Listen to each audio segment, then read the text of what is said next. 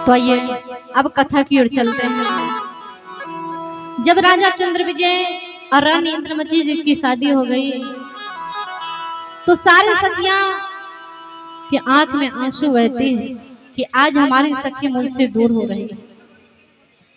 और माता पिता को देखकर रानी इंद्रमती जी माँ के गले से लिपट कर रोना शुरू कर दिया। माँ कहती है, बेटी आज तू मेरे आंगन को सोना करके अपना घर बसाने जा रही हो बेटी, और आज मैं तुझे आशीर्वाद देती हूँ कि अपने ससुराल में माता पिता अपने नैहर का मान बचाए रखना, शान बढ़ाए रखना। आइए हमारी माँ की ओर से 12 रुपए का आशीर्वाद इनके चरणों में साहब। अब रानी इंद्रमती जी डोली में बैठकर अपने पति राजा चंद्रविजय के साथ गढ़ गिरनार जा रही है। और गढ़ गिरनार जब पहुंचती है तो सारी सखियां थाल में फूल सजाकर, आरती सजाकर दोनों राजा रानी को स्वागत करने के लिए सभी इंतजार कर रहे खड़े। और जब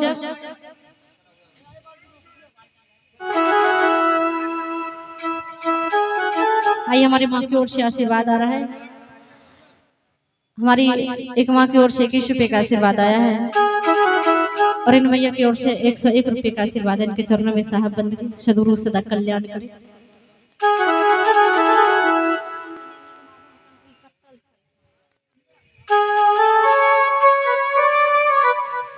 आइए हमारी माँ की ओर से 10 रुपए का आशीर्वाद है साहब। कहते हैं कि खाया पिया अंग लगेगा, खाया पिया अंग लगेगा, दान पुण्य सब संग लगेगा और बाकी सब में जंग लगेगा। अगर हम खाते पीते हैं तब तो शरीर में लगता है, अगर खाना आगे में रख देंगे तो शरीर में नहीं लगेगा।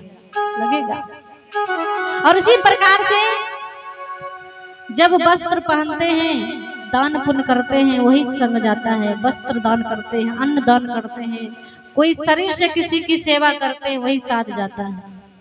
और जंग किस में लगता है? जब इस शरीर से आत्मा निकल जाती है तो ना ये शरीर काम करता है, ना कुछ भी कर पाते हैं। उस समय हमारे लिए सारे चीज में जंग लग जाता है। इसीलिए जो कुछ भी करना है जिंदा में जवानी में करना चाहिए। तो आइए कथा को आगे बढ़ाते हैं।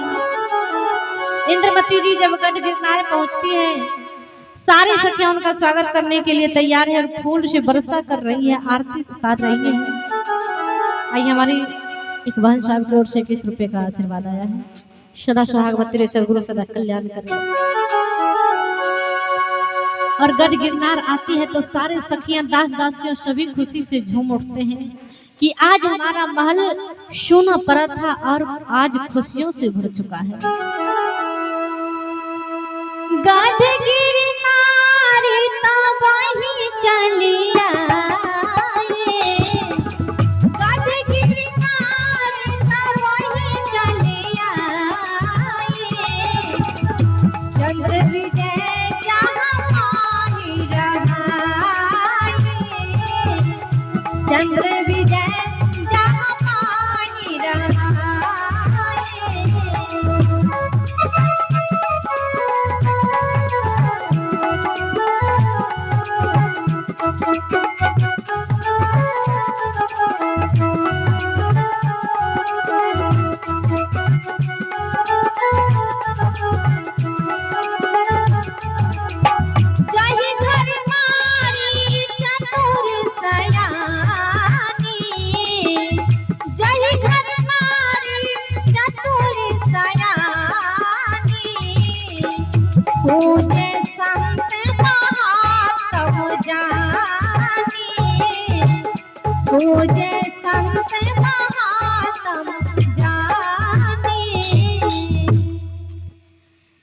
कहते हैं गढ़ गिरनार तब वहीं चली आई, राजा चंद्रविजय जहाँ रहाई।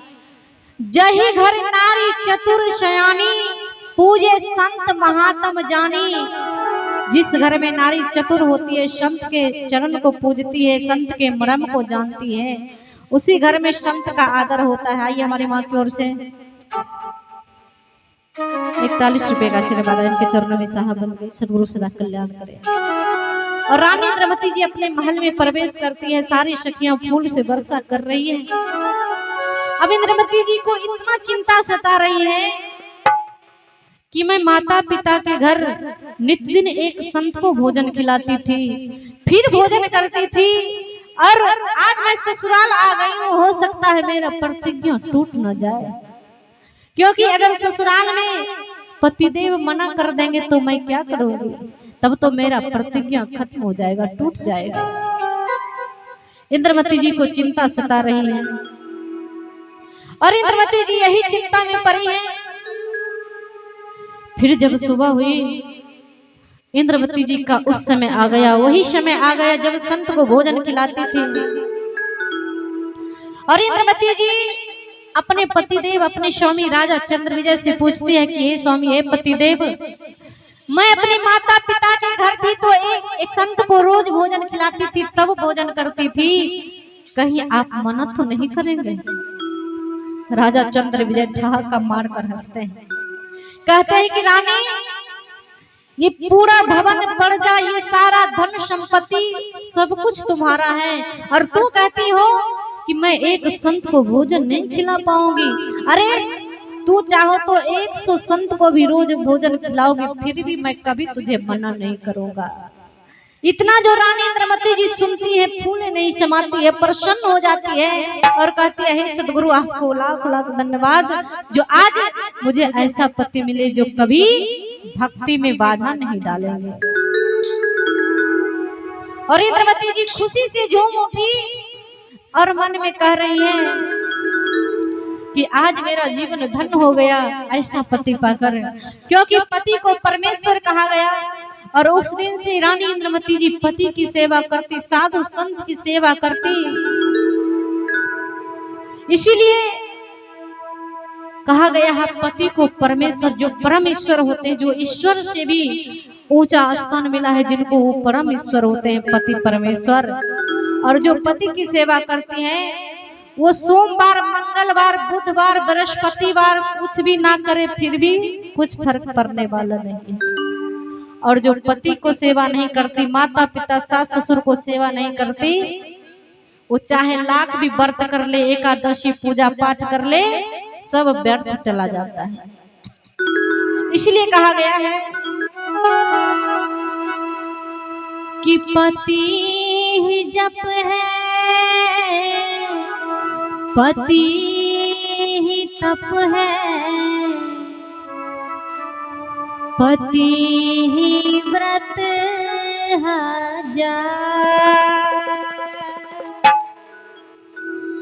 जो कोई पति की सेवा करेगी, वही पतिव्रता।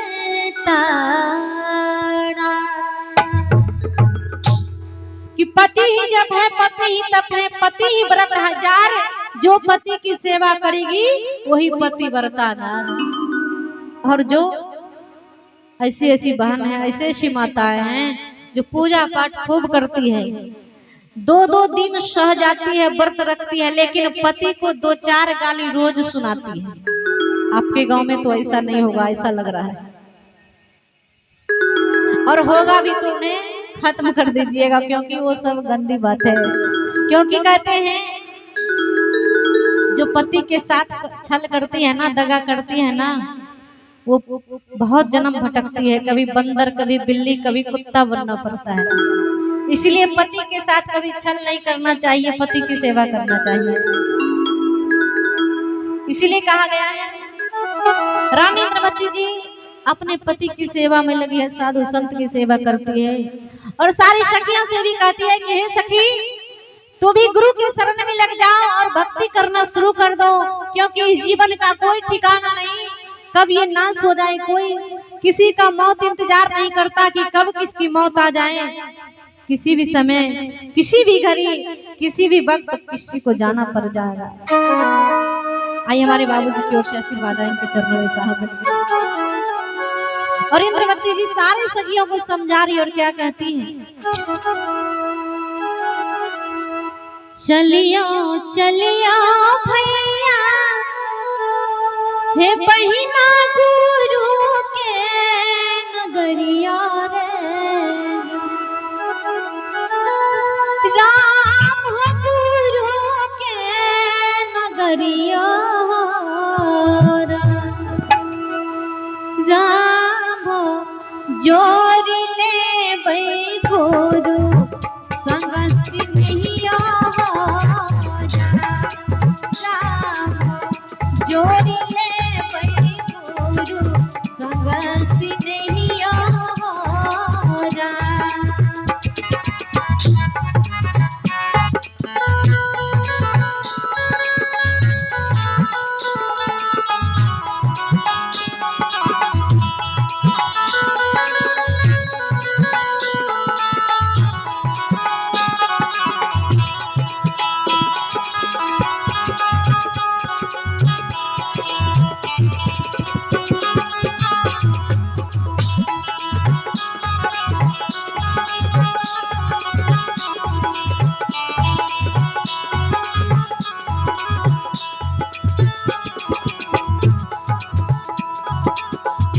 उत्तम चोला सुंदर तन मत राखिने जन्म में हो, राम होत राखिने जन्म में हो, राम की राम उनको महिमा गावे वेद पुराण में हो, उनको महिमा गावे वेद पुराण में हो जा।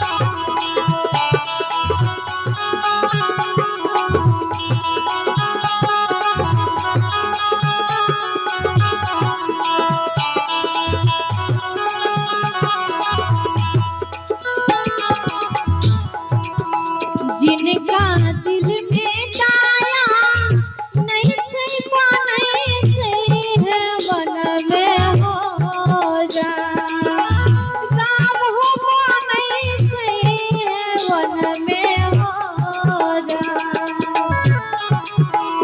जिनका दिल में दाया नहीं छै पाने छै मन में हो जा,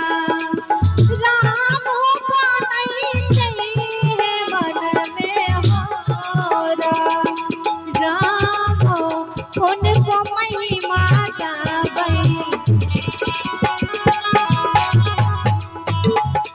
राम उनको जमुआ तारे छै हरण में हो जा, राम उनको जमुआ तारे छै हरण में हो जा।